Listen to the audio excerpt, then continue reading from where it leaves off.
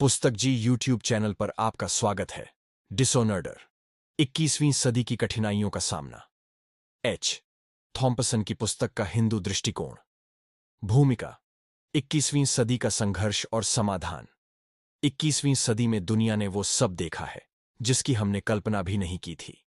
तकनीकी क्रांति, सामाजिक बिखराव, आर्थिक असमानता और मानसिक स्वास्थ्य से जुड़ी समस्याएं, यह सब हमारी रोजमर्रा की जिंदगी का हिस्सा बन गए हैं।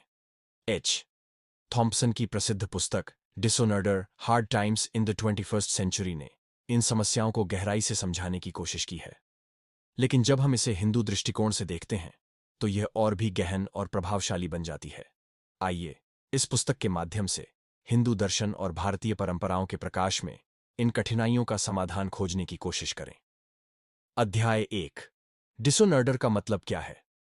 थॉम्पसन ने डिसऑनर्डर शब्द का उपयोग सिर्फ सामाजिक असंतुलन के लिए नहीं, बल्कि उन सभी पहलुओं के लिए किया है जहां जीवन बिखरने लगता है।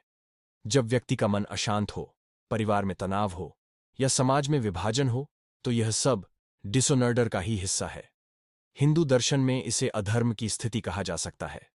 भगवद गीता में श्री कृष्ण अर्जुन से कहते हैं, जब जब अधर्म बढ़ेगा तब तब मैं धर्म की स्थापना के लिए अवतार लूंगा। क्या यह संकेत नहीं करता कि जब जीवन में अव्यवस्था हो तो समाधान खोजने के लिए हमें धर्म और सत्य का सहारा लेना चाहिए। अध्याय 2, मानसिक स्वास्थ्य और ध्यान का महत्व।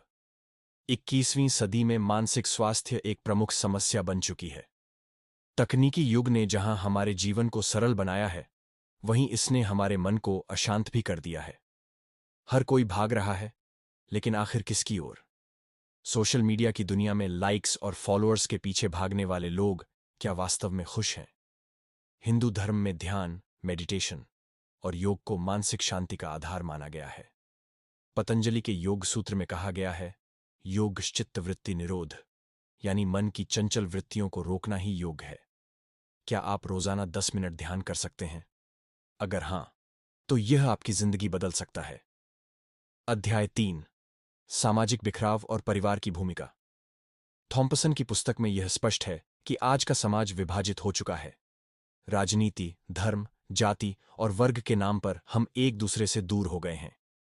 लेकिन क्या इसका समाधान संभव है? बिल्कुल। हिंदू संस्कृति में परिवार को संस्कारों का गर्ज माना गया है।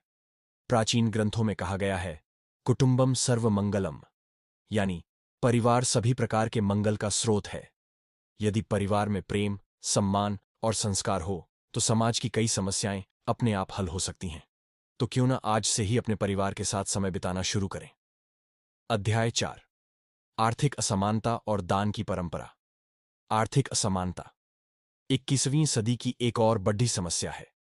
अमीर और अमीर हो रहे हैं, जबकि गरीब और गरीब। थॉम्पसन इसे डिसऑनर्डर का एक प्रमुख कारण मानते हैं। हिंदू धर्म में दान को एक प्रमुख समाधान के रूप में देखा गया है। दानेन पाणिनम तरयेत, यानी दान के माध्यम से हम अपने पापों से मुक्ति पा सकते हैं।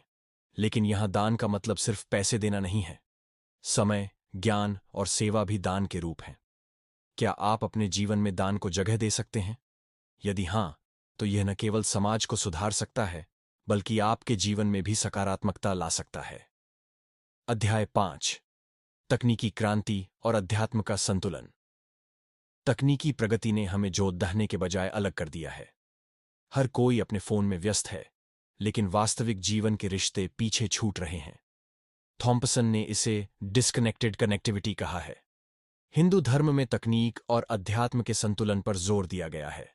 हमारे ऋषि मुनि नई खोजों के पक्षधर थे, लेकिन उनके साथ आत्मा के विकास को भी महत्वपूर्ण मानते थे।